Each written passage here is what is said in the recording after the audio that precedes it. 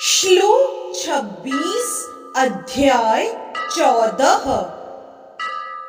मां च यो व्यभिचारेण भक्ति योगेन सेवते सगुणान् समतीत्यैतान् ब्रह्म भूयाय कल्पते।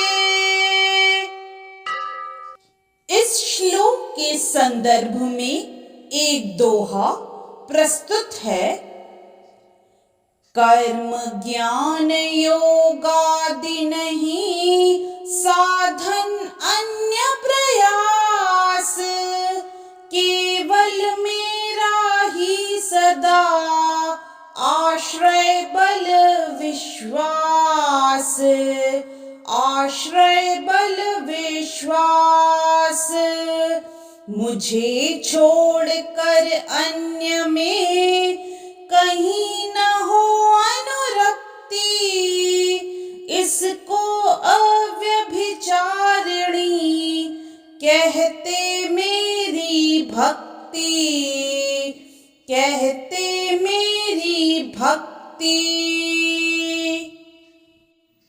इस श्लोक में श्री कृष्ण अर्जुन से कहते हैं, जो समस्त परिस्थितियों में अविचलित भाव से पूर्ण भक्ति में प्रवृत्त होता है, वह तुरंत ही प्रकृति के गुणों को लांघ जाता है और इस प्रकार ब्रह्म के स्तर तक पहुंच जाता है।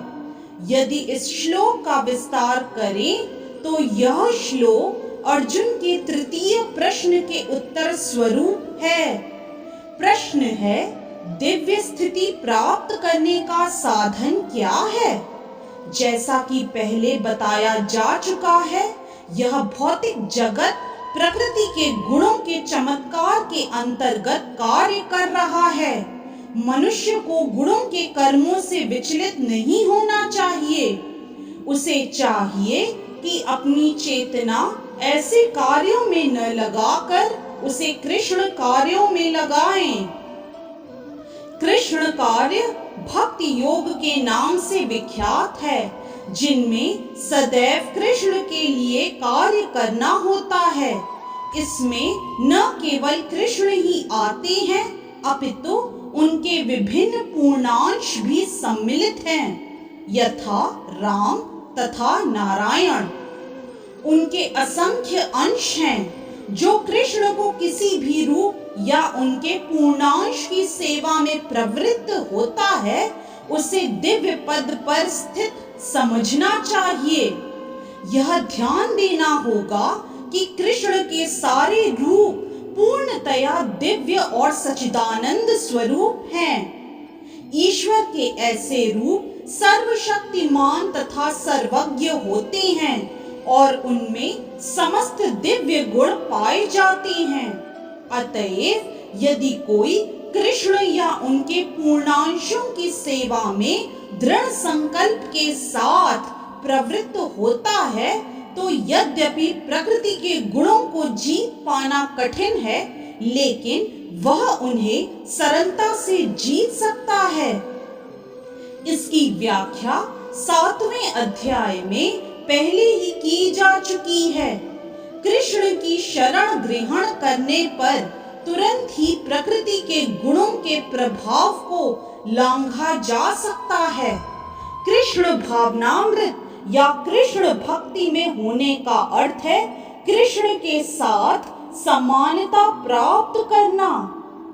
भगवान कहते हैं कि उनकी प्रकृति सच्चिदानंद स्वरूप है और सारे जीव परम के अंश हैं। जिस प्रकार सोने के कण सोने की खान के अंश हैं, इस प्रकार जीव अपनी आध्यात्मिक स्थिति में सोने के समान या कृष्ण के समान गुण वाला होता है, किंतु व्यष्टित्व का अंतर बना रहता है। अन्यथा भक्ति योग का प्रश्न ही नहीं उठता। भक्ति योग का अर्थ है कि भगवान है, भक्त है तथा भगवान और भक्त के बीच प्रेम का आदान प्रदान चलता रहता है। अतएव भगवान में और भक्त में दो व्यक्तियों का व्यष्टित्व वर्तमान रहता है, अन्यथा भक्ति योग का कोई अर्थ नहीं है। यदि कोई भगवान जैसे दिव्य स्तर पर स्थित नहीं है तो वह भगवान की सेवा नहीं कर सकता। उदाहरणार्थ, राजा का निजी सहायक बनने के लिए कुछ योग्यताएं आवश्यक हैं।